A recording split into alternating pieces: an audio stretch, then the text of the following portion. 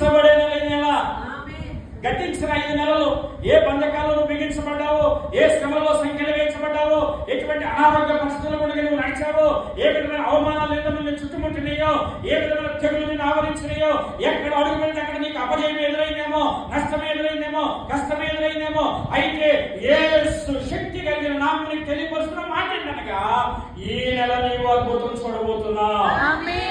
వాటన్నింటిలోంచి విడుదల పొందుకోబోతున్నావు. నీవు వద్దలబోతున్నావు. నీవు ఆశీర్వాదకరంగా ఉండబోతున్నావు. నీవు అభివృద్ధికరంగా ఉండబోతున్నావు. నీవు నా దేవుడు తలగా చేయబోతున్నాడు. నీ నోటి నిన్ను నవ్వుచబోతున్నాడు. నీ కన్నీరులో ప్రభు తుడుస్తున్నాడు. నీలో ప్రభు సమృద్ధిని ఇవ్వబోతున్నాడు. నీకు సంతోషం నా ప్రభు ఇవ్వబోతున్నాడు.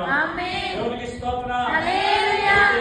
గతించినటువంటి నెలలలో నీవు జన్మించిన నాటి నుండి, లేదా వివాహమైన నాటి నుండి, లేదా నీవు ఇప్పటి వరకు ఈ 5 మాసాలలో ఏదైతే కోల్పోయావో, ఎందుకు కోల్పోయావో పరీక్షణ చేసుకో చాలు, పరీక్షించుకో చాలు. నీవు